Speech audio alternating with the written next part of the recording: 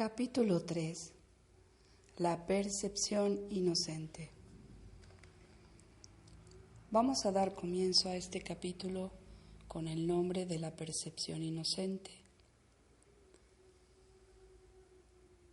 Vamos entonces a ponernos en disposición para poder comprender el mensaje que desde la mente, desde donde se percibe esa conexión profunda con nuestro ser, sea escuchada esta petición.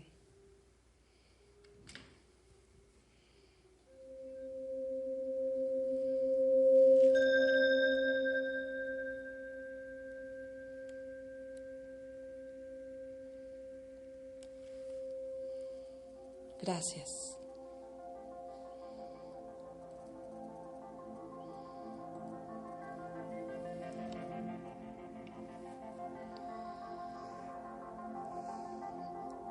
Sección 1. Expiación sin sacrificio.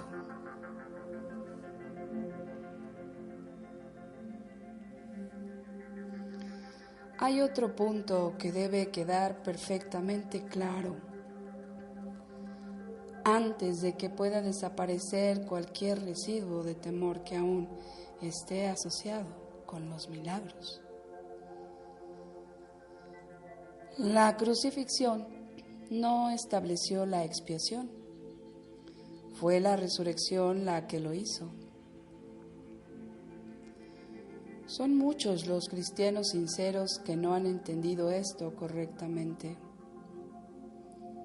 Nadie que esté libre de la creencia en la escasez podría cometer tal equivocación. Si se examina la crucifixión desde un punto de vista invertido, parece como si Dios hubiese permitido e incluso fomentado el que uno de sus hijos sufriese por ser bueno. Esta desafortunada interpretación que surgió como resultado de la proyección ha llevado a muchas personas a vivir sumamente atemorizadas de Dios. Tales conceptos antirreligiosos se infiltran en muchas religiones. El auténtico cristiano, sin embargo, debería hacer una pausa y preguntarse: ¿cómo iba a ser posible esto? ¿Cómo iba a ser posible que Dios mismo fuese capaz de albergar el tipo de pensamiento que sus propias palabras han señalado claramente que es indigno de su Hijo? La mejor defensa, como de costumbre, consiste en no atacar la posición de otro, sino más bien en proteger la verdad. No es muestra de gran sensatez aceptar un concepto si para justificarlo tienes que invertir todo un marco de referencia. Este procedimiento es doloroso en sus aplicaciones menores y verdaderamente trágico en una escala mayor. Con frecuencia la persecución termina siendo un intento de justificar la terrible y errónea percepción de que Dios mismo persiguió a su propio Hijo en nombre de la salvación. Ni siquiera las mismas palabras tienen sentido. Superar esto ha sido sumamente difícil, pues si bien este error no es más difícil de corregir que cualquier otro, son muchos los que no han estado dispuestos a abandonarlo en vista de su eminente valor como defensa. Un ejemplo menos dramático es el del padre que dice: esto me duele más que a ti, y se siente exonerado al darle una paliza a su hijo. ¿Crees que nuestro Padre piensa realmente así? Es tan esencial eliminar cualquier pensamiento de este tipo que debemos asegurarnos de que nada semejante permanezca en tu mente. Yo no fui castigado porque tú fueses malo. La lección completamente benévola que la expiación enseña se echa a perder si se mancilla con cualquiera de las formas en que esta clase de distorsión se manifiesta. La afirmación, mía es la venganza, dice el Señor, es una percepción falsa mediante la cual uno le atribuye a Dios su propio pasado malvado. Ese pasado malvado, entre comillas, no tiene nada que ver con Dios. Él no lo creó, ni tampoco lo sustenta. Dios no cree en el castigo. Su mente no crea de esa manera. Dios no tiene nada contra ti por razón de tus malas acciones, entre comillas. ¿Cómo sería posible entonces que me hubiese acusado a mí por ellas? Asegúrate de que reconoces cuán absolutamente imposible es esta suposición y también de que procede enteramente de la proyección. Este tipo de error es responsable de una multitud de errores similares, incluyendo la creencia de que Dios rechazó a Adán y lo expulsó del jardín del Edén. Quizá por eso piensas a veces que no te estoy guiando bien. He tomado las máximas precauciones para usar palabras que sean casi imposibles de distorsionar, pero siempre es posible tergiversar los símbolos si así se desea. El sacrificio es una noción que Dios desconoce por completo. Procede únicamente del miedo y los que tienen miedo pueden ser crueles. Cualquier forma de sacrificio es una violación de mi exhortación de que debes ser misericordioso, al igual como nuestro Padre en el cielo lo es. A muchos cristianos les ha resultado difícil darse cuenta de que esto les añade a ellos.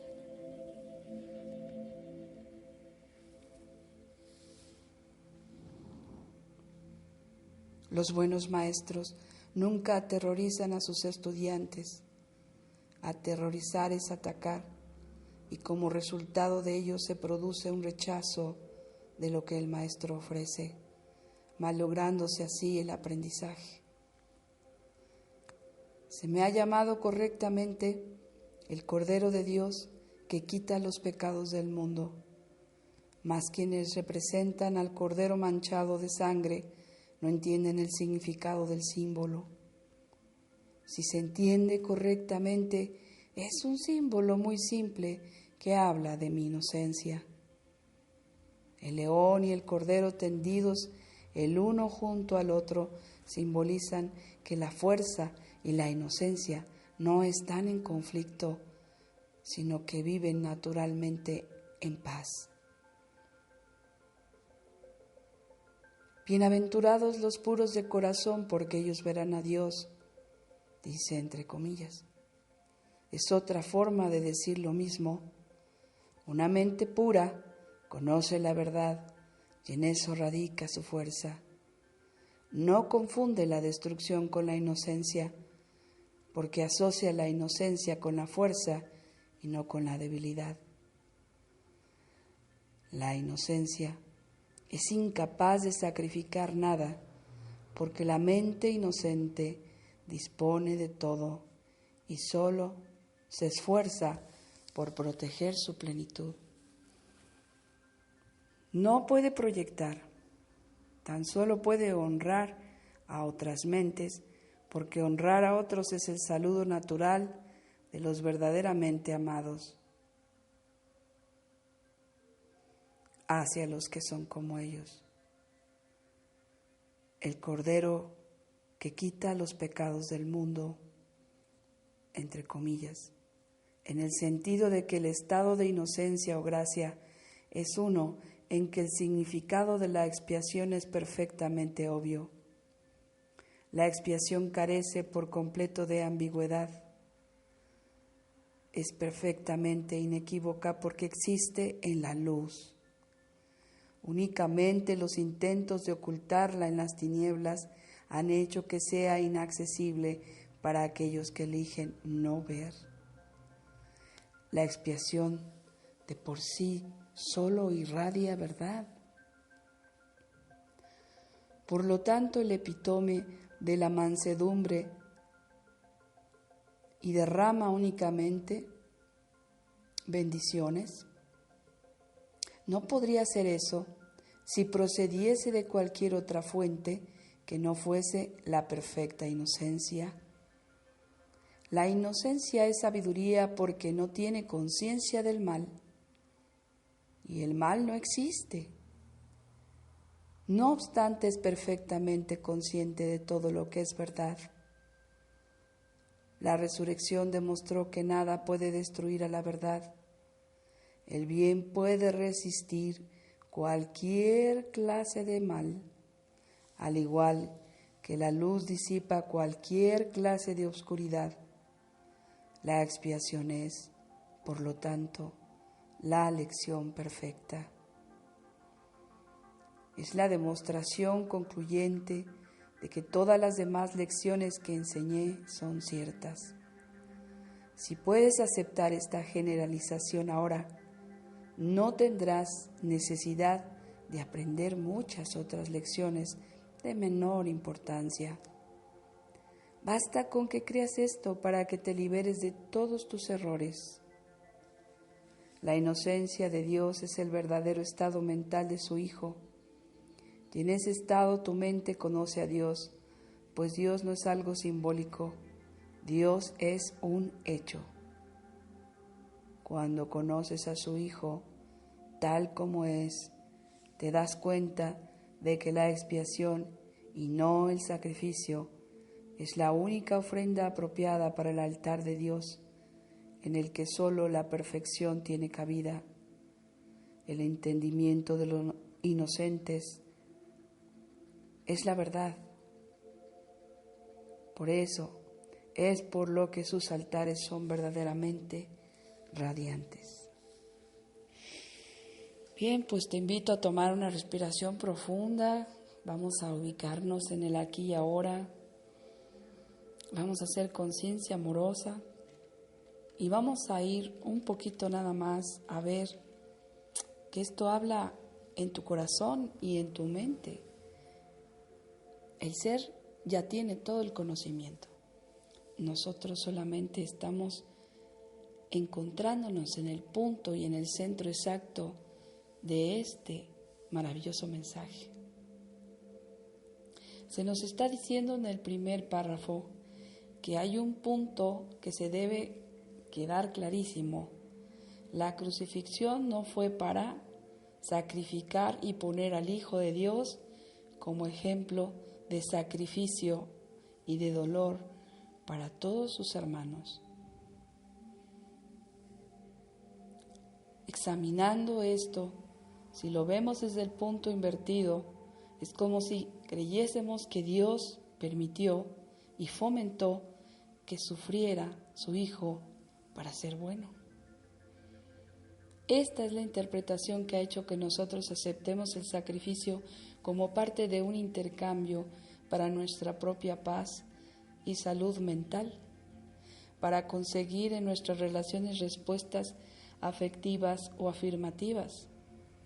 Pero Él nos hace una pregunta o varias.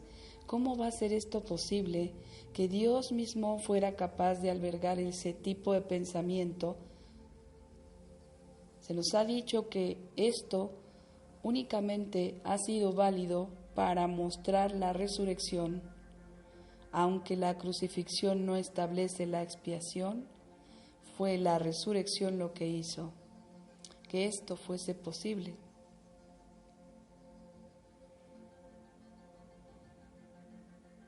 Pero no fue un intercambio tampoco para poder mostrarnos que mediante algún sacrificio el Hijo de Dios tenía que ser expuesto a todo este evento de crucificarse. En el párrafo 2 me dice, que la mejor defensa consiste en no atacar la posición de otro. Y estamos hablando de cualquier posición, sea la relación de cualquier tipo de relación personal, de relación de mente, conectada con hijos, padres, pareja, el mundo que percibo. No es atacar la mejor defensa, sino proteger la verdad. Y yo veo como la verdad nunca va a cambiar, es mi actitud hacia ella la que hace que yo esté protegiendo lo que ya es, no aceptando justificación y tampoco considerando que la expiación tendría que ser válida mediante un sacrificio, el que sea. El dolor es creer que es parte de un sacrificio para obtener amor. La enfermedad es parte de una creencia falsa de creer que a cambio de un sufrimiento físico vendrá la salud perfecta. Las relaciones a cambio de un sacrificio, cambiando actitudes y comportamientos, creemos que será válida después de un sacrificio. Y puedo nombrar muchísimos más ejemplos que nos pudieran llevar a ver, pero todo esto no tiene ningún sentido, como lo explica, que la expiación sin sacrificio, así es como se tiene y se vive, sin sacrificio. El único punto que nos recalca aquí es que no tiene ningún sentido la defensa, y mucho menos justificar que un castigo me pueda a mí mostrar una lección. Por eso dice que es esencial eliminar cualquier pensamiento de este tipo.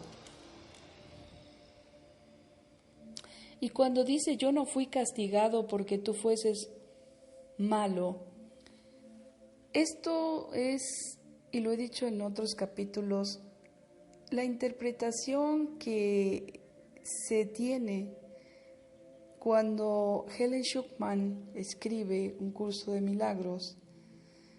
Para ella fue un dictado de la voz que nuestro Maestro y hermano Jesús le pidió y le tomó a ella como medio de expresión para nosotros. Independientemente de cualquier religión que tengas, de la fe que consideres en tu vida, de cómo concibas la existencia, estamos hablando de que aquí dice, yo no fui castigado porque tú fueses malo. La lección completamente benévola que la expiación enseña se echa a perder con cualquier distorsión que crea que así fue.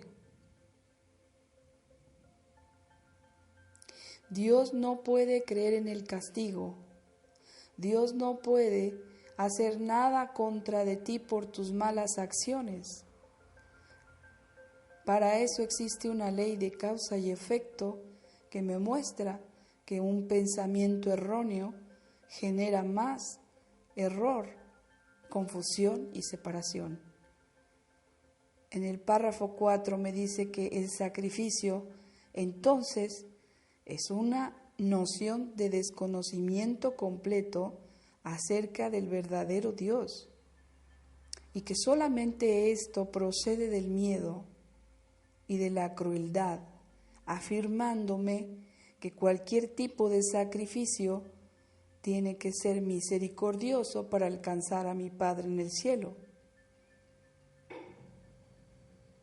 Pero dice, cualquier forma de sacrificio realmente es una violación de mi exhortación de que debe ser misericordioso, al igual que mi Padre lo es. En el párrafo 5 me dice que se me ha llamado correctamente el Cordero de Dios, porque Él ha sido el símbolo de la inocencia y que no tienen nada de oposición la fuerza y la inocencia. No se puede confundir el concebir la fuerza con la destrucción hacia la inocencia, ni con la debilidad. O sea, soy fuerte por naturaleza en la fortaleza de Dios, pero no porque deje de ser débil, porque entonces al creer que tengo que dejar debilidades y oponerme a ellas, estoy generando una creencia que me atrajo a creer que soy real.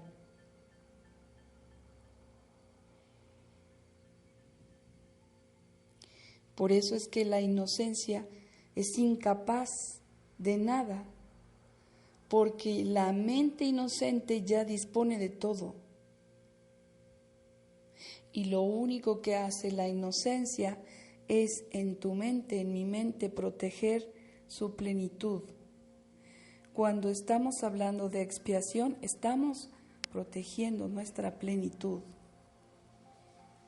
No proyecta la inocencia, honra las mentes, porque honrar a cualquier mente de tu hermano, pareja, mundo que percibes, etc., es el saludo natural de los verdaderamente amados hacia los que son como tú, como yo, como todos que somos uno.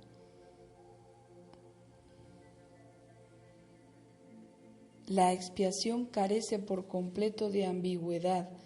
La expiación no es ambigua, no tiene equivocación alguna, porque existe en la luz. La expiación me lleva a la luz. Y el hecho de intentar ocultarla en las tinieblas me ha hecho que sea inaccesible porque he elegido no verla. ¿De qué manera estoy haciendo esto? Cuando le doy creencia, realidad, entre comillas, a la ilusión que es el sacrificio, el dolor, la enfermedad, la muerte, la separación de Dios, el miedo, en cualquiera de sus presentaciones, son una negación y una elección. Mientras hoy estoy aprendiendo a saber que puedo elegir entre el miedo y el amor, y una vez que me doy cuenta que ya puedo ver la diferencia de que el mundo que percibo puede tener un sentido verdadero, entonces la expiación va a irradiar verdad.